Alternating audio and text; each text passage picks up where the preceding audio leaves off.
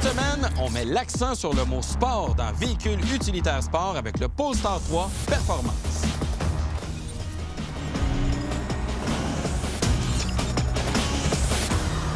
Le Polestar 3, Luc Olivier, a quand même une approche de style qui est passablement différente de celle de la Polestar 2, l'autre voiture proposée par la marque chez nous. En fait, on assiste à une première évolution au niveau du design. La 2 était seule sur son île jusqu'à maintenant, et là, on arrive avec le 3, qui d'ailleurs récupère beaucoup d'éléments de concept qui ont été dévoilés au cours des dernières années. Donc, ça rejoint finalement la production, et c'est une bonne nouvelle parce que c'est rafraîchissant au niveau du style, quand même assez dynamique et sportif. Il y a beaucoup de choses à l'avant dont je dois parler. On va commencer par les blocs optiques. Évidemment, on a les fameux marteaux de Thor qui sont reconduits pour assurer un lien filial, évidemment, avec la maison mère Volvo. Dans le cas du modèle à l'essai, très complexe, entièrement ODEL, directionnel et matriciel. Donc, on va cadrer les véhicules en sens inverse le soir venu. Donc, ça, c'est une caractéristique qui est intéressante. Donne une excellente qualité d'éclairage. Oui, il faut le souligner. Bon. Il y a, au niveau de la grille de calandre... ou ce qui en reste, là, si on peut dire. C'est le Smart Zone. Derrière cette plaque de plastique-là se cache une panoplie d'aide et d'assistance à la conduite. Polestar a concentré tout ça là pour limiter de déguiser, dans le fond, le reste de la carrosserie. Personnellement, je trouve que c'est une bonne idée. Oui, c'est quand même assez spécial parce que les constructeurs, généralement, essaient de cacher ça. Mais là, on écrit Smart Zone, on met des petits carrés pour essayer de montrer que les capteurs sont là. Donc, on met ça vraiment à l'avant-plan, finalement. Là. Et ça suit un peu la logique de Volvo et Polestar, qui sont des constructeurs qui mettent vraiment la sécurité à l'avant-plan. C'est clairement leur marque de commerce. Au-dessus, on a une lame aérodynamique qui, selon le constructeur, améliore le flux laminaire. Là, tu te demandes qu'est-ce que du flux laminaire? Bien, c'est l'air qui rentre ici puis qui ressort là. Mais c'est un petit peu plus poussé que ça au niveau de l'analyse. En fait, c'est que ça permet d'améliorer la pression négative sur le capot, donc meilleure tenue de route, et ça permet aussi de forcer le mouvement de l'air très près de la carrosserie, donc d'améliorer le coefficient de traînée. Mais au final, il n'est pas si bon que ça, le coefficient de traînée, puisqu'on est à 0,29, ce qui est somme toute assez ordinaire. Il y a des voitures classiques là, qui atteignent un niveau comme ça là, de pénétration dans l'air. Donc, c'est vraiment pas optimisé pour ce véhicule-là. Exactement, mais déjà, en tout cas, moi, personnellement, je trouve ça le fun. C'est complètement différent. On a rarement vu ça dans l'industrie. Pour le style. Évidemment, j'ai un doute pour ce qui est de l'accumulation de neige en plein hiver. Dans la partie inférieure, on a une espèce de nœud papillon noir qui habille bien la carrosserie, qui fait encore un lien avec la Polestar 2. Mais sur le côté, c'est vraiment là, selon moi, que la voiture se définit le plus, notamment avec la version performance que nous avons, des jantes de 22 pouces, style un peu kaléidoscope. Vraiment, je trouve ça très, très beau d'un point de vue de design. Et ça rapproche le véhicule de la Polestar 2, qui a des jantes quand même assez similaires en matière de style. On voit encore une fois un lien filial. Et ce qui nous fait vraiment dire, hors de tout doute, que nous avons la version performance. Les étriers, de même que le bouchon de la valve du pneu, sont de couleur or, contrairement aux autres versions. Quand on regarde le Polestar 3 de profil, on se rend compte qu'il est écrasé, allongé, et ça lui donne quasiment des proportions de familial. Mais en fait, c'est surtout sur le côté qu'on réalise à quel point le Polestar 3 se différencie de son jumeau technique, le Volvo EX90. Absolument. Clairement, les constructeurs ont voulu avoir des approches qui sont diamétralement opposées, et Polestar a été avec la version plus sportive, clairement. Je trouve la silhouette de ce véhicule-là vraiment réussie, avec la ligne de toit qui est très fuyante vers l'arrière, le cadrage aussi de la partie supérieure qui vient vraiment encercler l'aileron. La ligne ici, vraiment, qui vient dessiner le panneau de custode, qui rejoint les feux arrière. Feux arrière, d'ailleurs, 168 d'ailes, éclairage progressif à l'approche. Donc, on voit vraiment qu'il y a un souci du détail jusqu'à ce qu'on voit l'essuie-glace arrière. Oui, c'est un gros détail, ça. Ça, c'est un gros détail, grossièrement intégré à la carrosserie. Honnêtement, ça mériterait d'être mieux fait que ça. Mais la raison pour laquelle il ne se cache pas dans l'aileron de la partie supérieure, c'est que c'est complètement ouvert pour favoriser l'aérodynamisme. Même genre de stratagème qu'à l'avant. Si on peut faire un parallèle, là, vraiment, l'air va passer ici. Pour vrai, le style est assez confondant. On a l'impression que la carrosserie vient jusqu'à l'arrière quand on regarde de côté, ce qui n'est vraiment pas le cas. C'est très arrondi. Et on a même 2 lunettes dans le haillon. C'est assez particulier c'est vraiment spécial au niveau de la configuration. Petit détail, là, ces espèces d'ajouts de plastique de part et d'autre, comme si le véhicule devait se propulser ça n'a pas sa place là. De mon côté, on dirait des poignées. Ben oui, c'est ça. Mais en fait, ça sert à dessiner le pli qui est ici et le parti inférieur. Clairement, ils devaient se demander comment finir ça. Ils ont rajouté ça. Ça contribue à l'aérodynamisme, mais disons que c'est plus ou moins bien intégré. Bon, qualité de peinture, l'assemblage également du véhicule, comment on se positionne? L'assemblage, honnêtement, c'est impeccable, assemblé à Charleston, aux États-Unis. Nouvelle usine qui est d'ailleurs partagée avec Volvo. Sur ce point-là, vraiment, c'est impeccable. Qualité de la peinture aussi qui est quand même bonne, mais on remarque une petite pleure d'orange et certaines différences au niveau du ton du blanc snow, l'option à 2 000 $, soit dit en passant, au niveau des plastiques, de l'aluminium et du métal. Donc, c'est pas un blanc qui est parfait. Pas encore assez cher? C'est ça.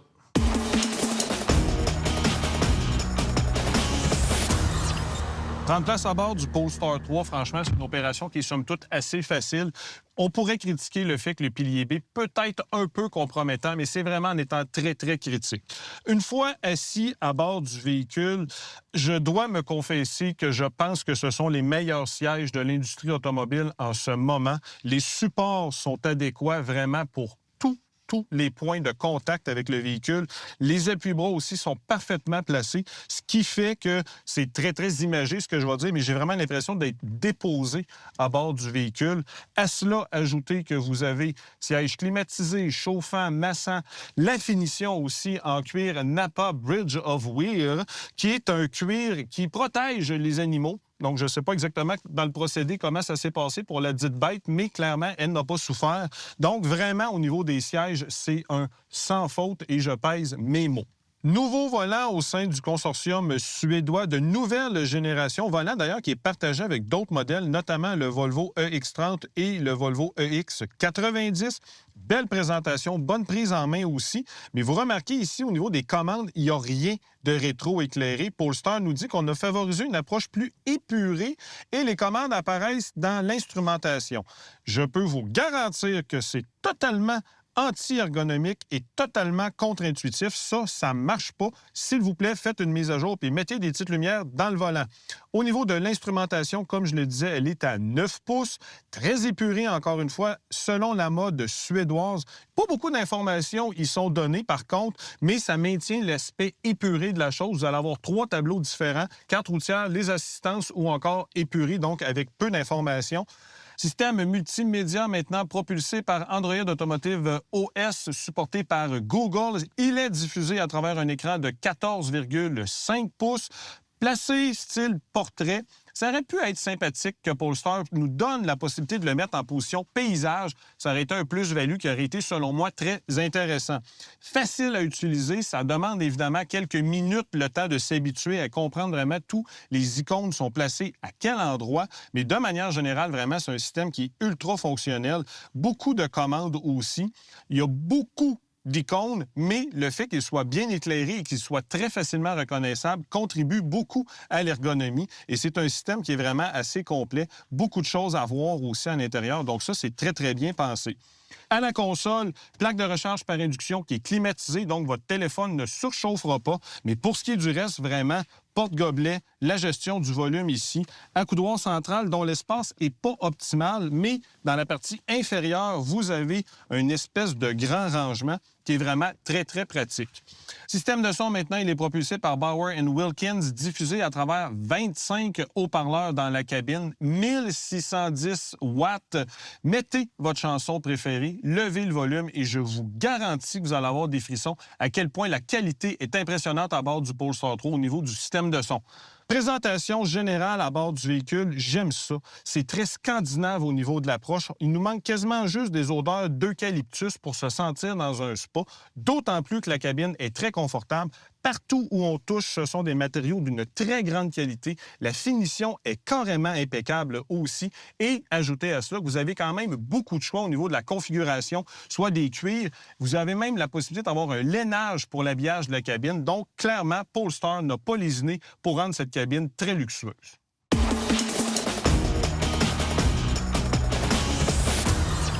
De prendre place à l'arrière du Polestar 3, c'est facile parce que l'ouverture dans la carrosserie est très grande, donc on a un bon accès à l'arrière. En position, il y a des points positifs et des points négatifs. Point positif, regardez le dégagement que j'ai. C'est vraiment très grand pour les jambes. Pour la tête aussi, on a la présence d'un toit vitré qui est absolument superbe. Très grande surface, ça dégage beaucoup d'espace pour la tête. Ça, c'est vraiment très bien. La banquette, là, c'est un peu moins drôle parce qu'elle est trop basse, premièrement. Donc, si je veux ramener mes jambes pour qu'elles soient carrées, elles sont vraiment décollées de la banquette. Donc, il faut les étendre pour avoir peut-être un peu plus de confort. Pas vraiment de support pour les jambes, un peu de support pour le dos. Ça, c'est quand même pas si mal, mais aucune possibilité d'ajustement de l'angle du dossier ni de la position de l'assise. Donc, pas de glissière pour avancer ou reculer la banquette. Ça, c'est plutôt décevant compte tenu du prix du véhicule. Visibilité, c'est pas tellement mieux parce que la banquette est reculée dans l'habitacle, ce qui fait qu'on a un important angle mort sur le côté à cause de la présence du pilier C. En matière de commodité, maintenant, on a des sièges chauffants à l'arrière. Ils ne sont pas climatisés comme à l'avant. On a le contrôle de la température, 2 bouches de ventilation, 2 prises USB-C. Il n'y a pas de rideau, mais on a quand même un accoudoir central qui est assez bien fini. Par ailleurs, c'est plutôt rare qu'on voit ça, avec évidemment les porte-gobelets qui peuvent se déployer. Du côté de l'espace cargo, maintenant, on a un haillon électrique qui dégage une bonne ouverture. Et on a en plus du côté droit de l'espace de chargement un bouton qui nous permet d'abaisser la suspension pneumatique pour abaisser le seuil de chargement. Donc, c'est plus facile de monter des bagages à bord du véhicule et on peut appuyer sur le bouton pour que le véhicule reprenne sa position initiale ensuite. On a aussi un plancher relevable qui nous donne quand même 90 litres d'espace en sous-plancher et on peut placer le plancher de telle sorte qu'on va avoir des crochets pour suspendre des sacs d'épicerie. Ça, c'est quand même très bien pensé. En matière de volume, on est à 597 litres et quand on rabat la banquette à la manière 60-40, une opération qu'on doit faire depuis l'arrière du véhicule parce qu'il n'y a pas de bouton pour relâcher la banquette à l'arrière, on monte à 1411 litres, 2 volumes qui sont en bas de la moyenne de la catégorie, ce qui fait que le Polestar 3 est parmi les plus petit en matière d'espace de chargement. Et malheureusement, on ne peut pas se rabattre sur le coffre qui est sous le capot à l'avant. Il est seulement de 32 litres.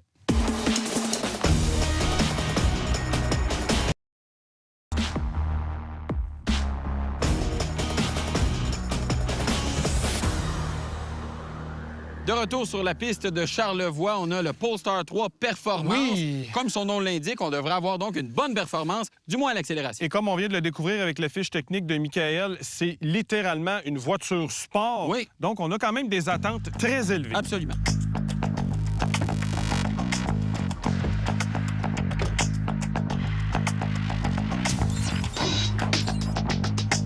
Il n'y a pas beaucoup de modes de conduite disponibles à l'intérieur du Polestar 3. Non. Lequel vas-tu favoriser pour améliorer la performance? Écoute, il y en a 2. Je vais te laisser choisir. Lui, je vais prendre. J'ai le choix entre autonomie ou performance. On va prendre performance. Effectivement. Et on peut aussi paramétrer 2 éléments du véhicule, la direction et les suspensions, Oui. qu'on peut mettre en léger, normal ou ferme. Oui. Je mets tout ça à ferme. OK. Et on se lance. Vas-y. Il y a un petit délai à l'accélération. Bon délai, moi, je trouve. Ça manque d'instantanéité. Mais quand on part, par exemple, voilà, c'est fait. On a atteint le 0-100. Très rapidement, c'est véloce au niveau de l'accélération. On sent l'arrière un peu qui s'affaisse. On sent le aussi, vent qui soulève aussi. on sent aussi la puissance du train arrière qui est supérieure au train avant l'accélération. Oui. Ce qui est bizarre, c'est que Polestar annonce un temps de 4,7 secondes. Ouais. Quand on regarde les données, on se dit, voyons, ça doit aller plus vite que ça. là, oui. Et c'est le cas. Nous avons fait 4,1 secondes au niveau de l'accélération, Ouais, puis- ce qui est plus conséquent avec les chiffres, les données techniques. Oui, et aussi la mission du véhicule. On rappelle, c'est la version de performance. Oui. On doit en avoir, là. Effectivement. Donc, ça marche pour le segment dans lequel le véhicule évolue. Et là, on fait le 100-0. Oui. Puis on est équipé pour veiller tard. Oui. Hey, c'est vraiment bizarre, la sensation. On dirait au départ qu'on manque de mordant.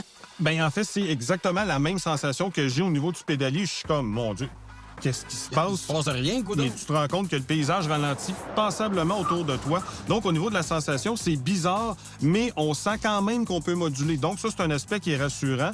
Ce qui m'impressionne, c'est vraiment la sensation que tout est d'un bloc. Il n'y a aucun écoute. Tout est doux. Ouais. Et pourtant, la distance de freinage est excessivement courte. Une des plus courtes qu'on a eues dans l'histoire d'un RPM.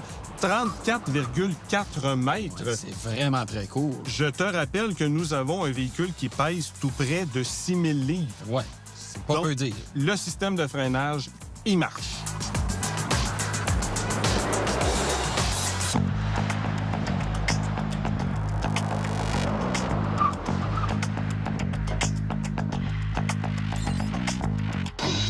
J'imagine que tu conserves les mêmes paramètres pour le réglage de la direction et de la suspension. Tu as totalement raison. Je maintiens ça en mode ferme dans les deux cas.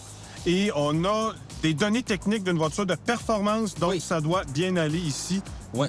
En partant, la direction est superbe. C'est précis, hein? Écoute, j'ai même monté à 60. Je vais me calmer sur l'accélérateur parce que clairement, le véhicule est capable de le prendre. Et ici, je sens vraiment le vecteur de coupe qui accélère la roue arrière. Ça donne quasiment l'impression d'avoir une direction aux roues arrière, ce qui n'est pas le cas pantoute. Non. Ah, là, ça a crié un petit peu plus, mais écoute, ça se fait avec une aisance déconcertante au niveau du comportement routier.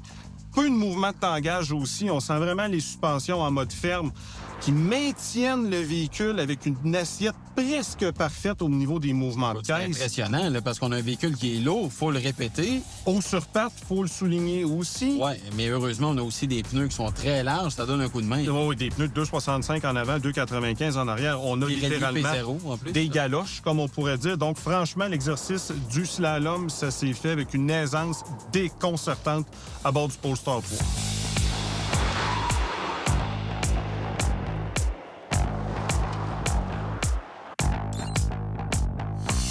Évitement d'obstacles maintenant à 90 km/h. Jusqu'à maintenant, il n'y a aucun indicateur qui joue négativement face au produit.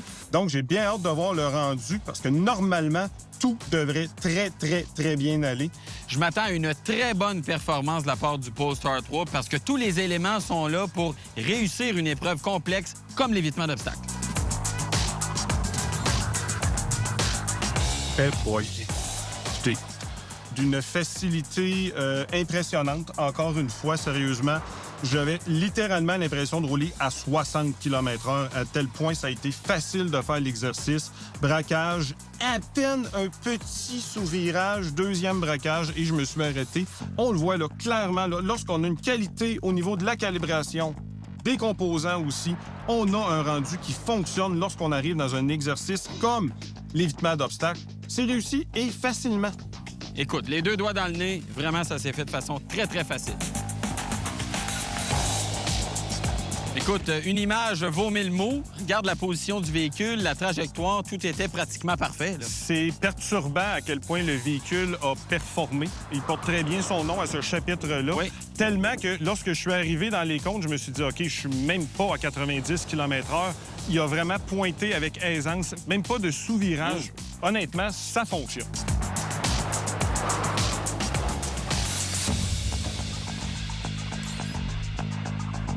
Freinage automatique d'urgence maintenant avec le Polestar 3. On sait que Polestar est une dérive des produits Volvo qui s'est fait une enviable réputation au niveau de la sécurité. Donc, c'est tout à fait normal que le véhicule à l'essai ait une suite d'aide et d'assistance à la conduite quand même assez élaborée. Système de détection quand même traditionnel, radar et caméra pour la version que nous avons à l'essai. Et on va détecter vélos, piétons, cyclistes, animaux, en fait, la suite au complet à partir de 5 km/h jusqu'à la vitesse maximale du véhicule. On est à 60. Prétentionneur initial, légère détection aussi. On a avisé qu'on avait un objet devant nous, tintement sonore, tintement visuel aussi dans l'instrumentation, petit freinage qui a amorcé et ensuite un freinage beaucoup plus appuyé et le prétentionneur qui m'a rapproché du banc pour vraiment optimiser ma position en cas d'impact. Mais au niveau du rendu, évidemment, on a évité l'obstacle, donc c'est réussi. C'est tout pour ce qui est des essais sur la piste. Je vais récupérer Sam et on s'en va sur la route. Sur la piste, le Polestar nous a donné quand même de très bonnes performances. On nous a plutôt surpris. Sur la route, on est néanmoins capable d'avoir un bon confort. Bien, en fait, je trouve que c'est un produit un peu avec une approche d'une voiture GT. Un peu de grand tourisme. On est capable d'avoir de la performance à la microseconde qu'on le demande, mais on peut également avoir aussi un très grand confort.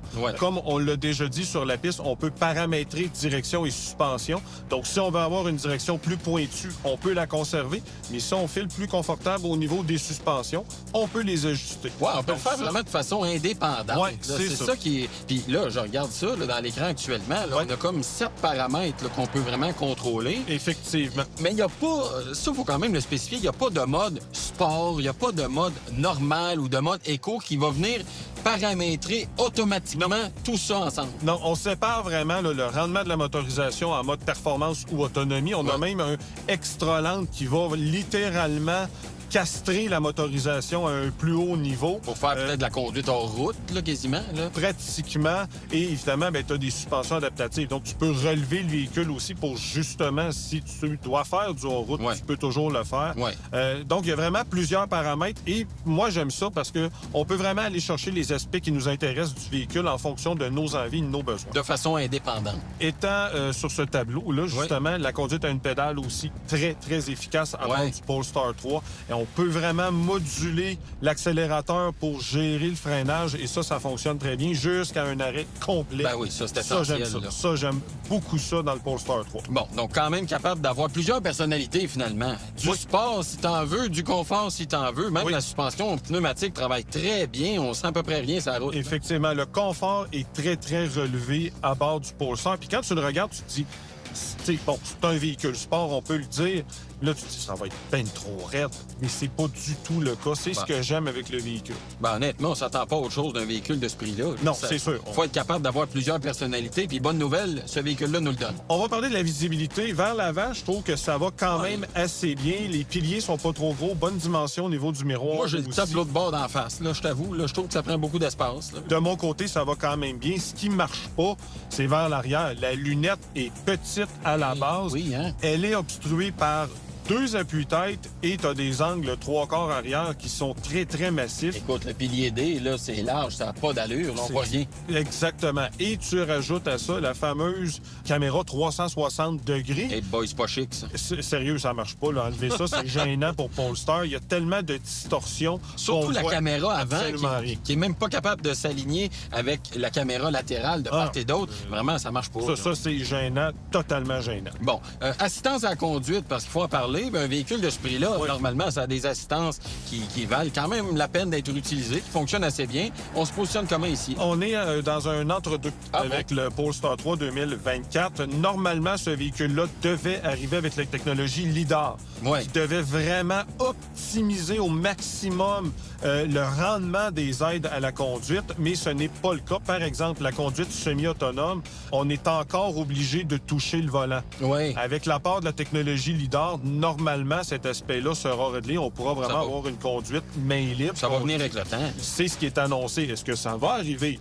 Et quelle sera la performance? C'est un autre dossier. Exactement. On réévaluera le produit à ce moment-là, mais pour le moment, je peux pas dire que c'est particulièrement impressionnant. Puis moi, il y a le suivi de voie. Là. Honnêtement, là, t'as beau le désactiver dans l'écran central, il y a toujours un filet de sûreté qui reste. On s'approche un peu trop de la ligne, bang, un coup de volant. Hey, pour vrai, là, moi, je suis une voiture à près de 120 000 Est-ce que je peux décider comment le véhicule se comporte? Là, le Polestar 3 ne nous permet pas cet aspect-là. Tu le mets ou tu le mets pas. Va pas niaiser entre les deux. Donne-moi le choix. Et c'est ce que Polestar fait avec cette configuration-là. Oui, bon. Consommation d'énergie, parce qu'évidemment, on a un véhicule qui valorise la performance, des roues de 22 pouces. Lourd. C'est un véhicule qui est lourd, très puissant aussi. Normalement, ça devrait impacter négativement la consommation d'énergie. Qu'est-ce qu'on a eu? Bien, moi, je suis agréablement surpris par ce point-là. 21,8 kWh au 100 km. Ah, ben c'est quand même pas pire. Je trouve ça personnellement très bon. En projetant en fonction de la taille de la batterie, on aurait une autonomie de 491 km. Ouais, là, on dépasse là, ce que le constructeur annonce. C'est supérieur à l'annonce de Polestar qui est 449 km. Donc, je trouve ça quand même satisfaisant. Et évidemment, les tests ont été faits en mode normal. Là. On pourrait certainement optimiser ça encore plus en étant peut-être un peu moins joyeux avec l'accélérateur. C'est sûr. En optimisant aussi le mode autonomie et le mode ralenti.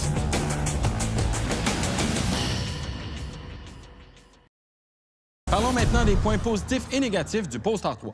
La performance de la motorisation qui est vraiment impressionnante. Même chose au niveau du système de freinage qui est carrément saisissant et le comportement routier qui est pratiquement exemplaire. Du côté des points négatifs, maintenant, la fiabilité est clairement à démontrer sur ce produit-là. Le volume de coffre aussi qui est petit et les aides à la conduite qui sont carrément trop intrusives. Qu'est-ce qu'on fait avec ça du côté de la recommandation? Bien, clairement, c'est un véhicule qui est tape à l'œil, qui offre beaucoup de performance. Lorsqu'on regarde les données techniques et sur papier, c'est un véhicule qui est vraiment impressionnant. Ça livre la marchandise. Effectivement. Par contre, c'est un tout nouveau produit, conception qui est ultra complexe. Donc, on vous recommande très fortement d'attendre avant d'acheter le véhicule. C'est un produit que l'on met en évaluation.